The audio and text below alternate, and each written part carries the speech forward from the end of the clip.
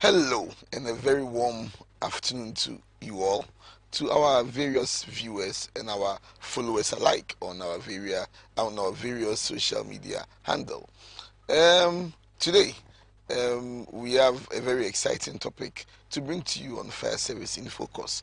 My name is Edio One Alex Kengnati, here to anchor you through the day for such a very exciting and insightful program. As usual, we have my boss, the Director of Public Relations here, but then we have a very exciting surprise guest who will be joining us to better dissect the issue we'll be discussing. So let's take a quick break. We'll come back and then we'll explore this exciting guest with the exciting topic we'll be discussing. Please join us.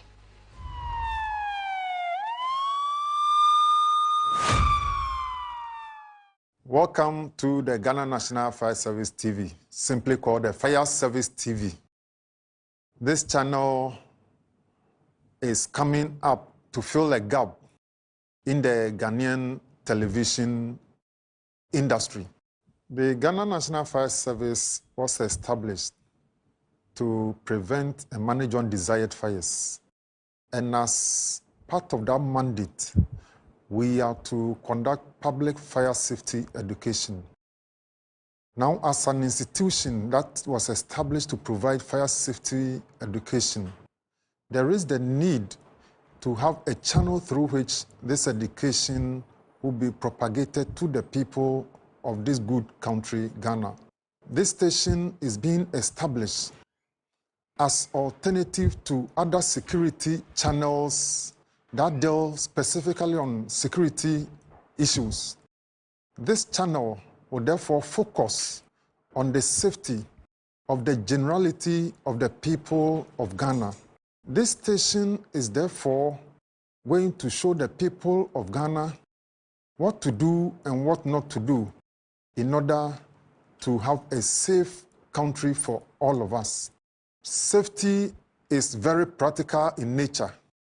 And therefore, short videos and clips are going to be shown on this particular channel, the Fire Service TV, to the people of Ghana, so that everything we do will be practicalized. You can sit comfortably in your home, watch this channel, and practice it so that we'll be safe in this country. Therefore, I urge all of you Ghanaians to tune into this channel every day of your life, so that we will all be safe in our country, Ghana. Thank you.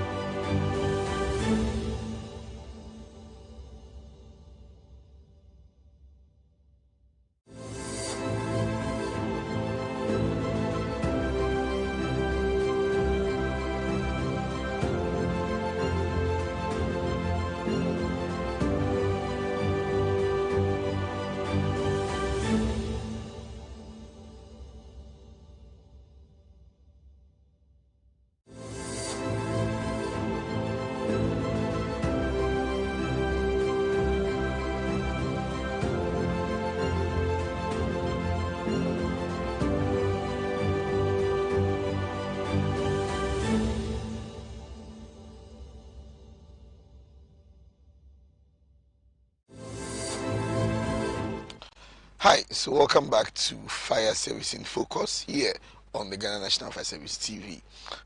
Be reminded that you can join us on our various social media handles on Twitter, on Facebook, and X, where you can get updates from the Ghana National Fire Service when it comes to topics. A quick one for personnel of the Ghana National Fire Service. It's about the special voting that security officers are privy to ahead of the general elections on December 7th. So a quick reminder is that all personnel are to go to the electoral commission offices within their constituencies in uniform and in person with their voters ID card to affirm their participation in the special voting process. So we entreat all personnel to treat it with the urgency it requires, so that you can be assured of your participation in the special voting. So please be reminded and be informed as personnel of the Ghana National Fire Service. So as we said, today the topic is a topic that's very broad. It might be a two-part conversation, but let's see how it goes and then we'll see. So the topic today is the FMC, or the Fire Master Control. It's a very integral part of the organization of the Ghana National Fire Service. Without the FMC, the Ghana National Fire Service, both operations and administratively, will not be where it is. So today we have two important people to help us dissect the issue of FMC, understand the operations of FMC, and how integral it is to the performance of the duties of the Ghana National Fire Service. So the surprise will be the last person to be introduced. So let me introduce my boss, the Director of Public Relations himself, ACFO 1, Timothy Osafo Efum. Sir, as usual, you're welcome. And glad to have you here with us. And so we can't discuss FMC without talking to the officer in charge, the woman who runs affairs and coordinates the day-to-day activities of the Fire Master Control. My own Madam Dio1 Irene Saki. Madam, thank you for joining us. Thank you very much, sir. We are very humbled to have you here. Thank you, sir. And we are hoping that we'll be seeing more of you here on our set. Yes, sir. Madam, so FMC. Yes. What is FMC? FMC simply means Fire Master Control. It is also the central control of the Ghana National Fire Service. And it is also an operational center where we receive emergency, administrative, and personal calls. We also mobilize, after we have received the emergency calls, mobilize our men, dispatch them to respond to the emergency. And then, upon arrival at the fire scene, and after they have finished fighting the fire, we also take the situation reports, which means it's about what is the nature of fire, time fire was extinguished, or time fire was under control.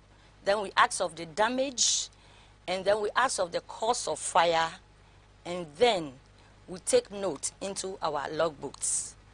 We also collate all fires that occur in the country and then prepare the statistics for daily, weekly, monthly, quarterly, and annually, and then report it to the Chief Fire Officer.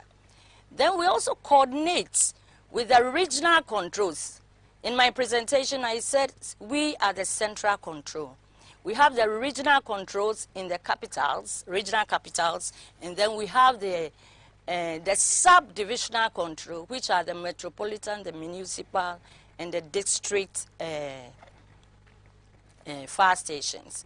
So we collect, our issue is about fire, and then we also coordinate with the regional capitals to get first-hand major fires, and then we report to the Chief Fire Officer for him to be abreast with issues relating to fires in the country. Wow, that's a very broad and extensive role you play. Yes. And so this goes to reiterate how important such a department within the Ghana National Fire Service is. ACFO, sir, please, we know you've been the regional 2IC of TEMA, and being the Director of Public Relations, how has the FMC played out or helped you so far as your role, in your role as the Director of Public Relations, and then also having been the regional commander? How has FMC helped in all these roles? Right, so I will put it this way. The adapt coordinating nerve that link all the parts of the operations of the service together. Not only the operations of the service, but also administrative and personnel as well. For instance, in my role and my capacity as I sit here now, if I need any information, the first point of call is the FMC. For example, a media may call requesting for information. I may not readily have the information. So the first point of call will be the FMC to get the details of what incident that it was. If I am not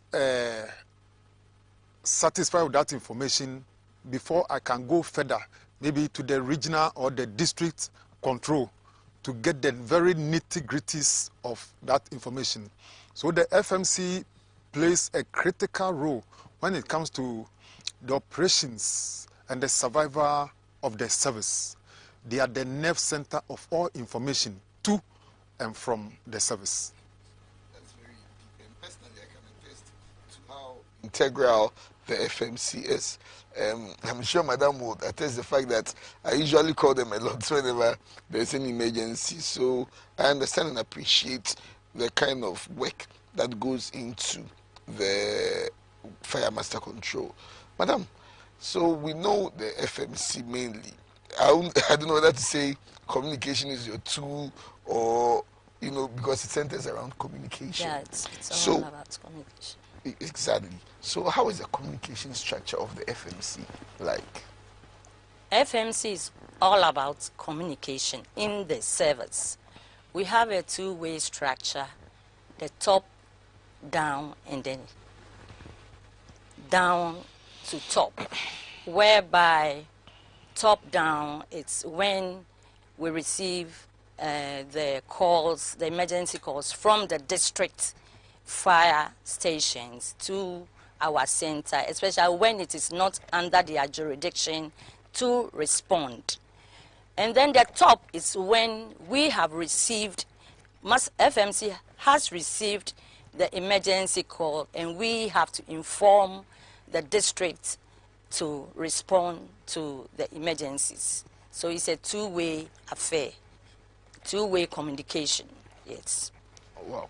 So FMC as an, using communication. Yes. I know, especially my boss, especially, I know he highlighted the fact that when the media houses call, he calls on the FMC. Yes. But the scope of FMC, what are the limitations? Is the FMC limited to just fire service or with other agencies or with other institutions? We are not only limited with the fire service. Concerning emergencies, when our men respond to emergencies, we normally work with ECG or water company and the police service, because at times they will get to the fire scene and they need the help of the police. What happens is that they have to inform Central Control, and Central Control will inform police that our men are so and so place and they need your help. So it's not within, communication is not within the service only, but we also communicate with the other stakeholders who help us to achieve our aim. Yeah. Esiefo, since we are talking about communication, both internal and external, I would say invariably FMC is doing a bit of the PR, having to coordinate and then enhance relationships. What can you add to it in this light, sir? So, like she indicated, mostly the calls, if the calls come to the very top, the top-down communication, FMC will then decide where to relay the information to. So their information will go from their end, either to the regional, to the district, or to the men on the ground actually working. So in the same way, when you talk about the bottom up, it may also start from the men right from the ground, requesting or passing on information to the Central Communications Center, that is the FMC, and then the FMC, if they need to pass on the information, will also relay the information to the appropriate quarters. So that is how the communication operates in the service. For example, even though we have mentioned these structures from FMC to the regional to district to the operational men on the ground, the chief fire officer may come in, a regional commander may come in, or a district commander may come in seeking for clarification on certain issues. So it is for them to also cut in and to seek for the information from the fire master control. And so in as much as we have indicated that the structure is from FMC to region to district and to the men operating on the ground, any officer so designate can also come in and request for information or seek for clarification. So like you indicated, you see, I indicated earlier on that they are the communication nerve of the fire service. They are communication nerve because when we need to operate, then every information passes through the FMC. Now the difference between the FMC and the power relations is that we communicate mostly with our external publics, and to be specific, the media. So the media plays about 70% of the chunk of information that the public relations department churn out, whereas almost every communication within the fire service is done by the FMC. So nice. So we've been able to, as personnel and also as the general public, appreciate the key role that these two very important institutions within the fire service plays to be able to see the successes that we see out there. Madam, on the lighter question, the FMC, you often hear FMC over. You hear them and you wonder if there's an audition or some special selection made for people that join the FMC. What does it take for someone to be a part of FMC? To be a part of the team at FMC, first and foremost, you should be educated. You should be able to know how to read and write and speak simple English. You should be very intelligent. You should be hardworking. And then you should be patient. Patient because our main target is the public. So you have to be patient, very smart, and then you should be a team player. Because at FMC, it's all about teamwork. So you should be very, very intelligent so that you'll be able to work at the Fire Master Control. But do you take voice into I don't know, just because you hear the voices and their voices are not like my voice right now, but their voices are nicer. So I don't know if you do some audition or... Yeah, when you come to the department, you are being groomed. You are being taught how to communicate on air, because with our communication, it is not only one-on-one communication. The moment you start communicating, it's a centralized communication. So we groom you how to talk on air. Nice. And also we make sure your voice should be the clarity of your voice is very, very important. Because whenever you hear, sometimes when you hear one voice today, the same another voice tomorrow, it's difficult to draw a distinction between the two because they all sound seamless. That's a testament of the good work. You are being taught how to transmit. Correct. So it's a testament to the good work and the good training that you've been putting your people through. Thank you very much. So kudos to you, madam. Thank you very much. Sir, there's one problem or there's one similarity that runs between FMC and public relations. I know we've been faced with a lot of that question when we go for interviews. That's to do with prank calls. So before I come to madam, say prank calls. Let's talk about the issue of prank calls and how it relates to both public relations and FMC. Right. So on the issue of prank calls, one will even ask, what is a prank call?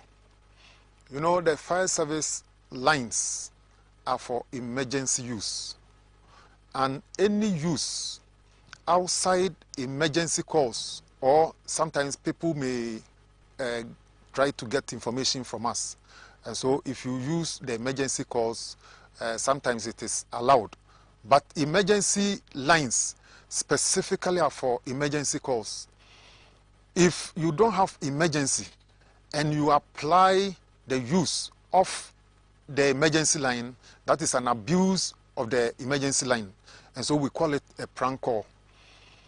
Unfortunately, most of our kins think that when they don't have anything doing at home, then they should use the fire service emergency line to entertain themselves. And you see, once you do that, you are denying others of accessing the services of the fire service. What happens is that the system has been structured in such a way that whoever calls first becomes the first person that the fire service can pick and respond to. Whoever follows will then form like a queue. You come and queue behind until we finish with whoever is first.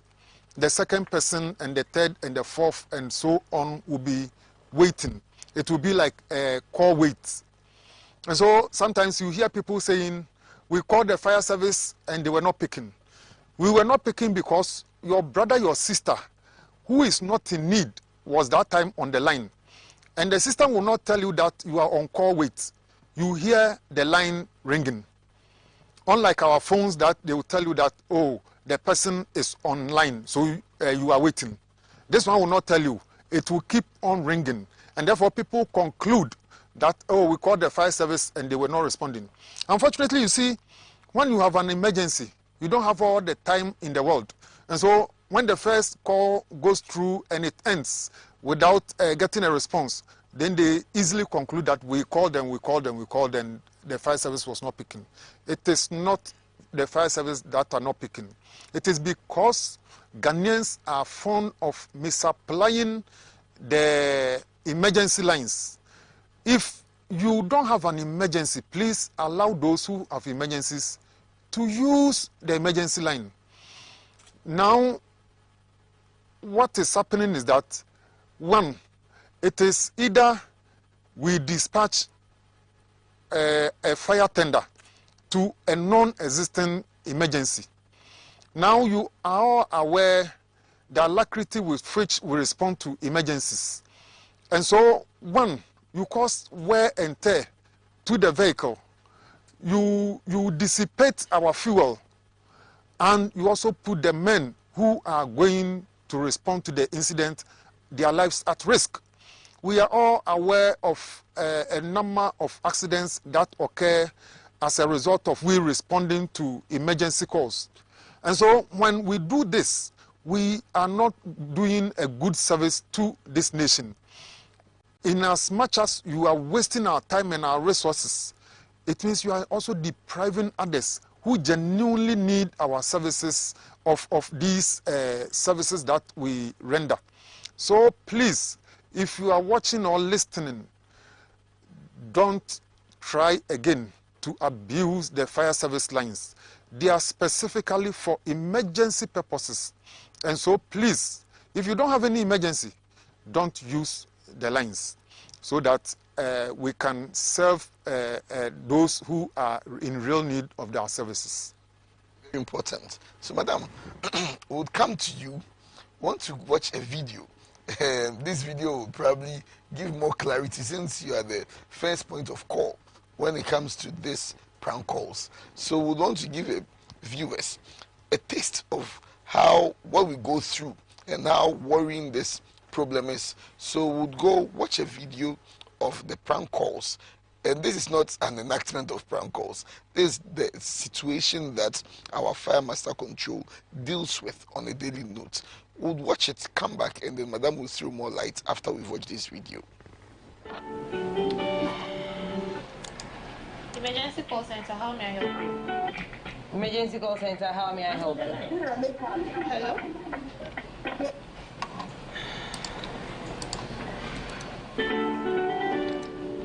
Call Center, how may I help you? Emergency call center, good morning. Mohammed down here.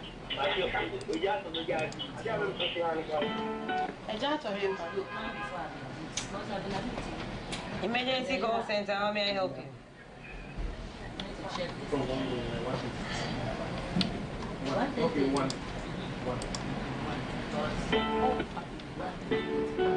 Emergency Call Center, how may I help you?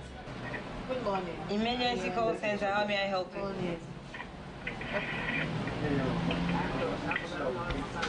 What's again? Yeah, hello.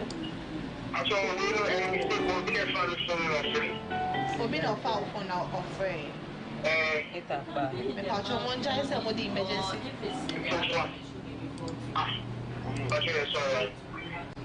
Good morning. Emergency call center, how may I help you? Oh, mama, where him? 6 years. Her phone the man. 6 years. Call 100. Sure, this line is for police, ambulance, fire service. So please call 100. Thank you, sir. We are sending 18. And what men are we here?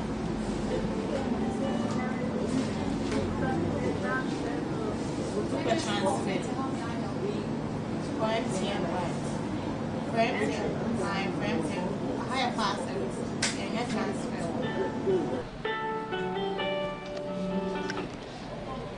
Emergency call center, how may I help you?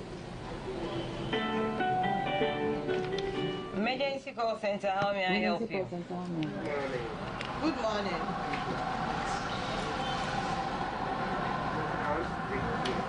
You want to do what? Madam Interrupted. You want to do what? You want to greet me. That's why you called. Do you know this is an emergency They number? didn't listen to the transmission very well, even though And you called I to said greet the me. OIC of washroom. I You've was done well. thinking after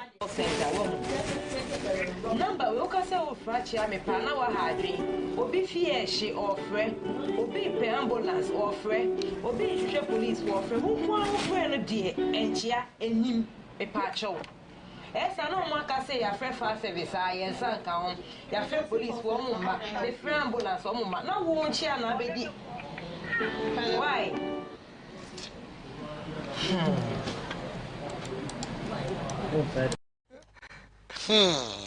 Welcome back. I don't know whether to smile or to be angry or to be intrigued or to be depressed. This is the feeling that I'm sure a lot of the call center respondents at the FMC go through. There are times that I'm sure they might get frustrated, but the motivation to continue doing the good work that they do spurs them on. I'll come to Madam, but I want to get a rough idea of the statistics or how frequent this worrying trend is. AC, please, do you have such statistics to share with us? Yeah, so before we can even talk, we need to do an analysis of or comparison of the prank calls. Last year, that's 2023, as at the end of May, we have recorded in excess of 345,000 prank calls. 345 prank calls, 45,000 prank calls in excess. This year, as at the end of May, we have recorded in excess of 311,000 prank calls. So you can see that the numbers are reducing, but they are still too large a number. You see, like the clip you just showed, people just calling to greet. Is that the purpose of our emergency? And then you allow people to come and be in the queue behind because you decide to misuse or abuse the system. So please, the prank calls are too many to handle. You see, when it happens like that, you don't give those operating at the center peace of mind to receive the real calls. Like you indicated, it may come to a time that one person may get frustrated and so may decide not to pick the call because he or she might have picked in excess of about 20 consistent prank calls. When it happens like this, then we are not helping ourselves. Even though we have trained our personnel to pick every call and not to get angry, we are human beings and anything can happen. And so please, let us do what is right. It's very worrying. I'm sure if I was there, I'll probably trace the people and kill them myself. Madam, you face a lot of this, and I'm sure you see the frustration, the worry, and then the testing of patience on the side of your people. Well, maybe can you concur with the statistics my boss shared, and then let us know your personal experience, how it has been for you being at the forefront of these prank calls. As we watch the clip, you could see all the calls that are coming are prank calls. And receiving the prank calls is very, very frustrating. And as director has said to the public, I believe they should desist from calling us as an emergency organization.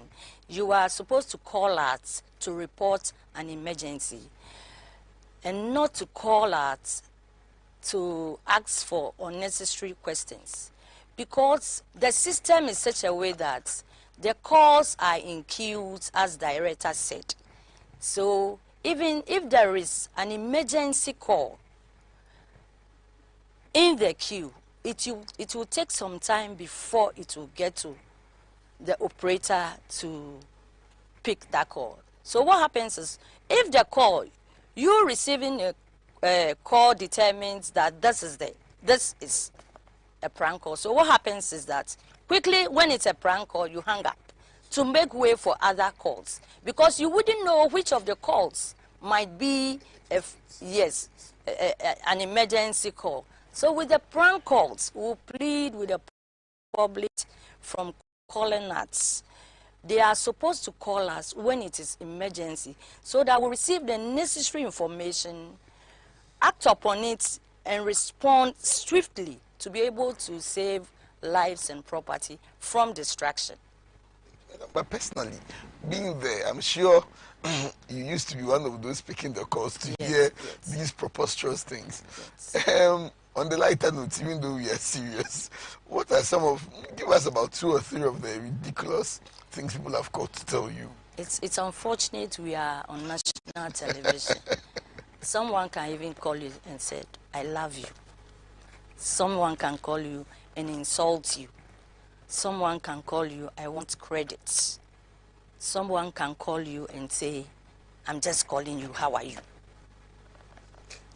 What's your response? I think I saw one of the response. In the control room, at master control, we have norms and values. You don't have the right to insult a caller, right? So it's either quickly you hang up for another call to come, or you would advise the person, please, this is an emergency call. So when you have an emergency, like an outbreak of fire, maybe you have people trapped in your house when it rains, maybe someone is trapped in an elevator, or maybe when there is an accident somewhere, it is there and then that you have to call this number and report it to us, so that we will act upon it as early as possible. So we've been educating them even in the course of receiving the prank calls. Wow. It's been a very exciting conversation. It's very broad, and I'm sure we might probably do like the Kumasi movies part 1 and 2. So we'll go for a quick commercial break. We'll come back.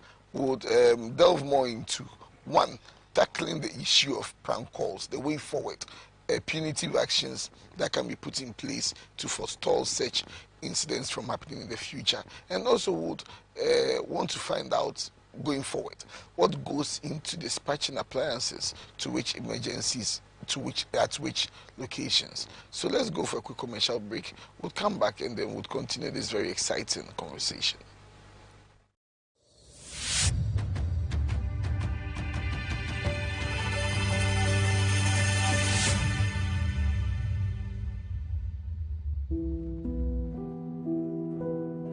Friends, Epictetus once upon a time said, "It is not what that has happened that matters, but the interpretations of what that we place on what has happened that matters." A lot of things happen to us. The world is throwing a lot of things to us. The question is, how are we dealing with all that the world throws at us? Others may decide to resort to destructive tendencies. Now, there's also sometimes you need to make decisions which way to go so that we can live life to the fullest. Friends, it is as a result of these things that happen to us in the world that I invite all of us to make time with your counselor on the program, Time with the Counselor, Reverend D.O.2 Ike Ezwami, the Chaplain General of Ghana National Fire Service, on Fire Service TV for more insights into how to build resilience against the onslaughts of our time. Thank you.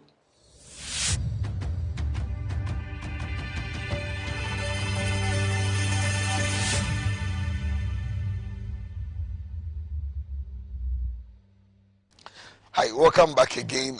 I'm sure those of you watching on our various social media platforms or on TV will be having this conversation. We'll be laughing about some of them and we'll be angry about some of them. Again, as you said, we are humans and we have the right to be angry at some of these things, and we should know that we should all be each other's keeper and together make sure that such more practice is discouraged so that we're able to ensure sanity on our emergency lines. We are still on our topic, talking to our boss, the Director of Public Relations, ACF1, Timothy Osafuefun, and then also with our very exciting surprise guest, the officer in charge of the Fire Master Control, Madam Irene Saki.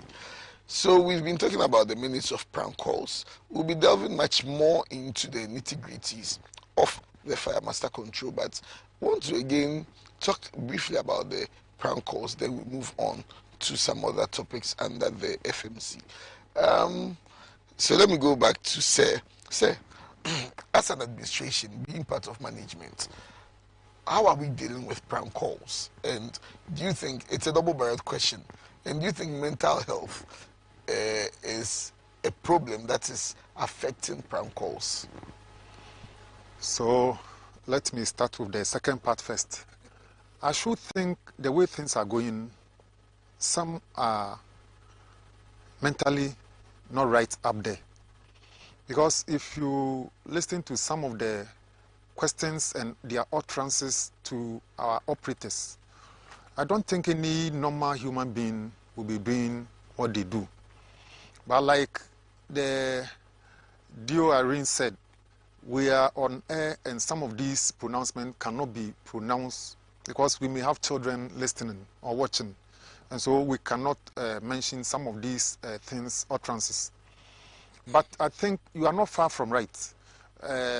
We should begin to think that some people are sick up there. That is why some of these things are occurring. Now, on the other aspect, what management is doing is that very soon we have upgraded our Fire Master Control. And therefore now all oncoming calls, we are able to track the numbers.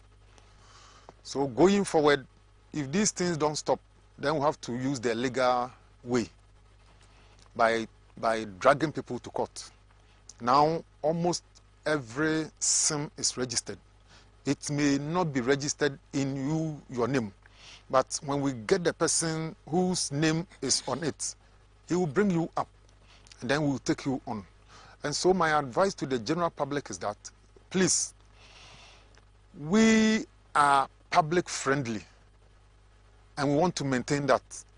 But for you to continue to disturb our functions, then we have no option than to go the legal way.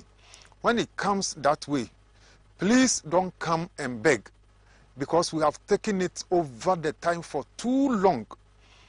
we think that through education, this thing will go down or it will stop.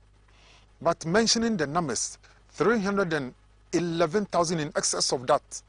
I mean, how? Why do we treat ourselves this way? It doesn't sit well as a people. So let us put a stop to it. Or when we take the legal way, don't blame us. A word of caution. So let's be mindful, because then when the law bites, it will bite hard, and I'm sure it will bite so hard that the teeth might remove. So let's all be very careful, madam. The same question goes to you, being at the forefront. One, you hear a lot of these things. One, do you also support the claim or agree with the claim that mental health is a problem that is associated with prank calls? And also at your level, being the OIC of the Fire Master Control, what steps have you also put in place to reduce the occurrence of prank calls? Thank you very much. Relating it to the mental health issue, I believe a normal person won't pick his phone to be calling an emergency line severally. On our system, at times, you see a particular number can call 50 times. On our system, when a call comes, the number of times that the caller has called appear, and the caller's number also appear. I wish very soon we have a system whereby when you call when your number appears, your name will also appear, and even your location will also appear, so that it will serve as a deterrent. When I mention your number and mention your name and mention from, then it will be a little scary to you. So really, it's very, very absurd, the calling of the emergency line. It's in a way of as if it's of a mental issue to some people. And I think education is ongoing. Our TV station is serving as a major education to the public concerning the prank calls.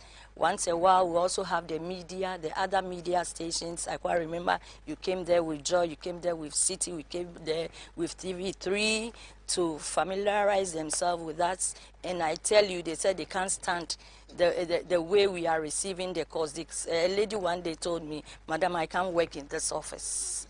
So with education, it is still going on. And I believe every day education is going on our TV station.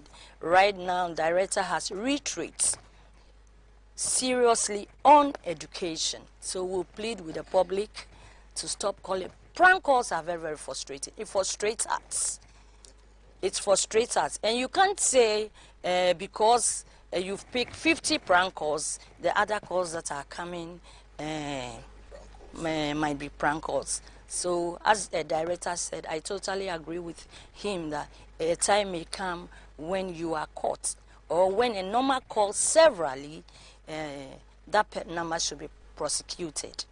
And the issue is, we also take time, when a number calls several times, we also call the number back to educate the person. You are not supposed to call this line, because when you called, your response wasn't about an emergency. So you are not supposed to call. We also have the right to blacklist or block, but I don't encourage that in the control room, because the master control is a 24-hour room. And it's a 3 shift that we run. So let's say if I'm in the morning shift and I encourage blacklisting, you blacklist a number or block a number, you might forget and even close and go home. That means you have blocked that particular number from any emergency. But we have the right to blacklist or block any number. But the first issue is to educate them, which we normally do to the public. You see, so to add up to what my seniors have said, you see, if you are fond of doing that, calling and then pranking.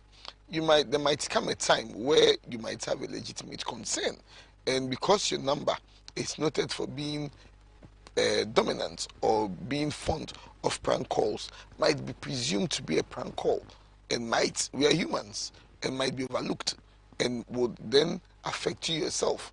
Would you then come back to say that my free fire service are no man fire?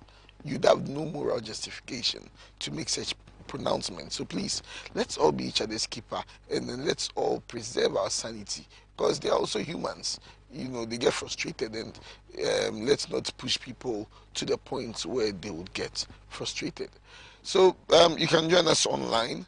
You can call us. Our call lines are 059 608 744, 050 960 8744. Please join the conversation. Call in if you need any clarity, if you have any contribution to make.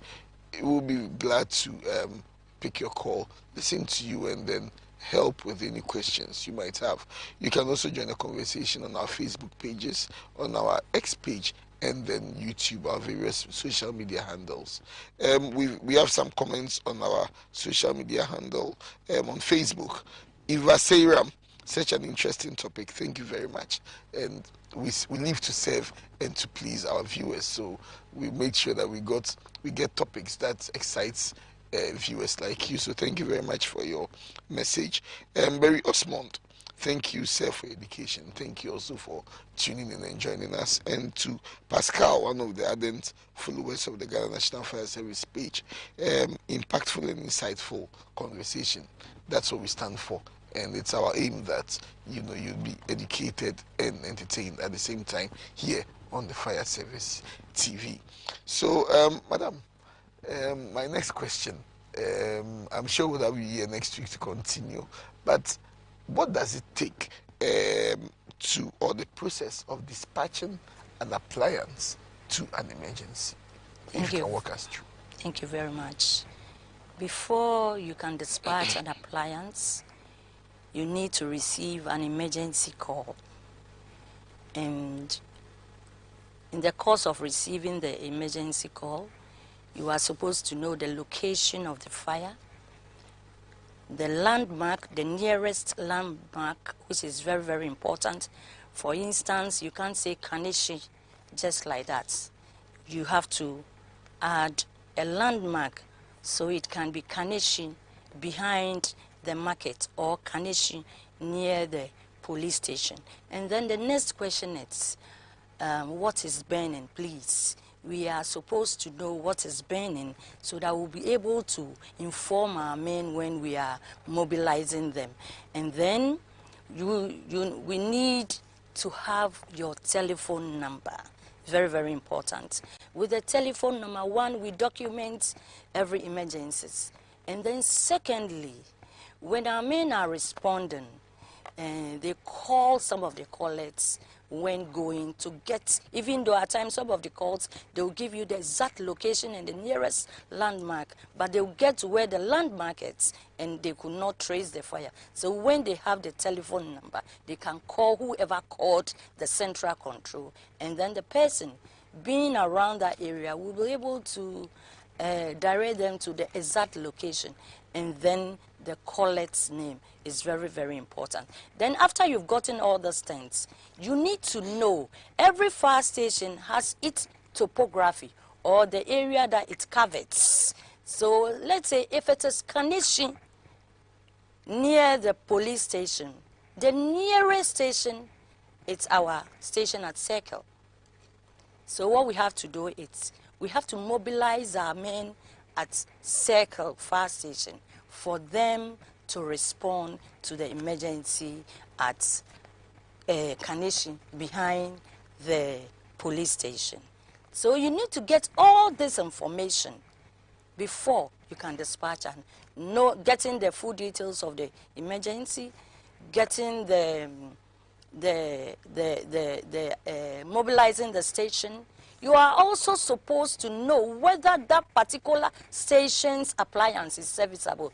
That is why every day, 3 times a day, we conduct availability for us to know the serviceabilities of the appliances before you can dispatch. So getting the information, getting the station, and whether the station's appliance is serviceable, there and then you can mobilize the men and then you dispatch them to wherever the emergency is. But still on you before I go to my boss. Yes, sir. Roughly, madam, how long does it take between receiving the call, dispatching our men, and how do we ensure that we try to keep to our time or the timings? You see, with emergency, everything should be swiftly. But at times, getting the information from the caller becomes a problem. Ghanaians are not very good when it comes to direction. Tell your men when they get here, they should turn to the left, they should turn to the right. So at times, yes, at times, getting the call, getting the information becomes a problem. And you know, at times when someone's house is burning, the person is very tense, the person hysterical, and at times the person calls and he or she is yelling and shouting, you need to take some time. Madam, please come down and give me the details. So you have to take all this information before you can dispatch. With our dispatching, having taken the necessary, maybe it has taken you 2 minutes to take. With our dispatching of the men, it should take just a minute. Wow. If nothing happens, if there isn't any problem with the appliance, 1 minute to respond. But how do you ensure that they stick to the timing? How do we ensure? Yes, please. Very important question. We make sure we quickly, even when we dispatch them and they have not moved, we still call them to know whether they have moved from the station. Because it's about emergency, and with emergencies, you don't have to delay. So it means FMC plays a very pivotal role in the organization of the GNFS, because then you ensure. So again, it ensures compliance. Yes. It ensures compliance and strict adherence to the dispatch. Yeah, yes, the madam. movement of that. So I think, so again, I would like to link it to the PR department. Say, you see, we, myself and yourself, and even Dioaka, we face the media a lot when they bash fire service when it comes to dispatching. And, you know, the PR has a good relationship with the Fire Master Control. So where is the link? You know, how then do we do our part as PR officers to ensure that the media or the public understand the good work that Madam and her team are putting in to ensure the swift response? Right, so most often you hear people complaining, especially when they lose all their lifelong property. Then they will then begin to exaggerate. We call the fire service 3 hours, they were not coming. 2 hours, they were not coming. The minimum was for them to say, we'll call them about 1 hour before they arrived. Now, because you and I are on radio, we monitor these things. And the good news is that, you see, like the OIC Communications, FMC said, if they wait for 30 minutes and they are not hearing any communication, they call the station to find out whether the appliance has been dispatched. And that is a good sign. So immediately they call back, because at most, within 45 minutes, they should hear you moving. If you don't move, at worst, is that it should be 1 minute. So if they don't hear you after 30 seconds, they call back to find out whether the appliance has been dispatched. And immediately they ask, you hear them communicating, proceeding to this particular incident. And that is a good check that we all realize the FMC is putting in place. And therefore, when we also go on air, we indicate to the media and the general public that, look, as far as we are concerned, it did not take us that number of minutes or hours they were talking about. It took us maybe 20 minutes, 25 minutes, 10 minutes to get there. The issue has to do with our publics. If you have an emergency, don't expect the fire service to perform magic and get there. where we are as a nation, we don't have the technology. When you go elsewhere, the technology is there, that immediately there is an incident elsewhere, any emergency, it is triggered at the fire station for them to respond. But here we don't have it that way. And therefore, we urge all to give us a call.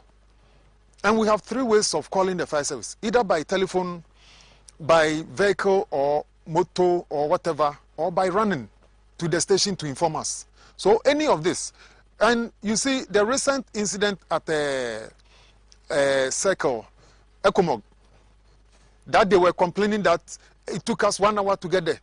And now I asked one journalist, even if we crawl, it will not take us 30 minutes to get to where the incident was.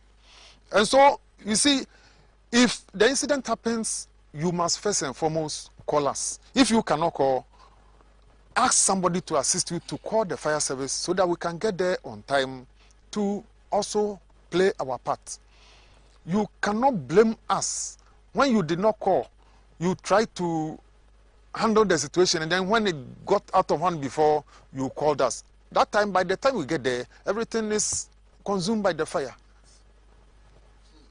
One thing I know I always say to the media houses when I go for an interview is that there's a difference between the time the fire started and the time you called on the Ghana National Fire Service. So please, to the general public, please know this distinction, and let's try and narrow the gap between the time the fire starts and the time you call on the fire service, so that you call on us quickly and then you'll be assured of prompt response. So we'll round it up here today due to our time, but I'm sure we'll continue next week.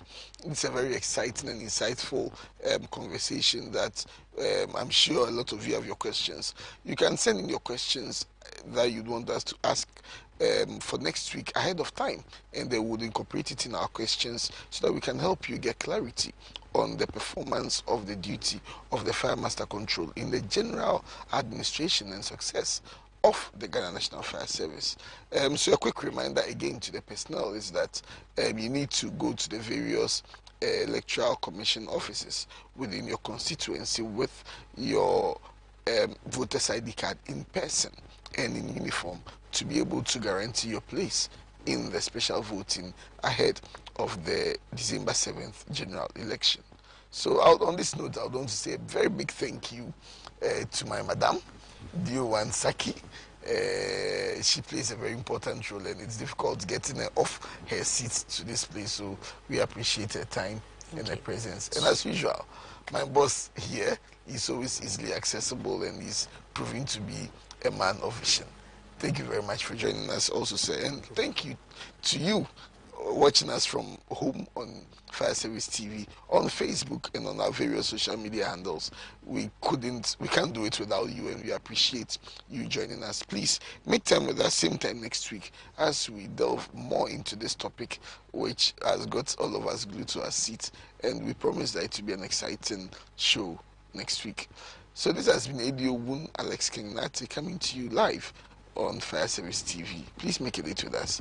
Have a blessed day.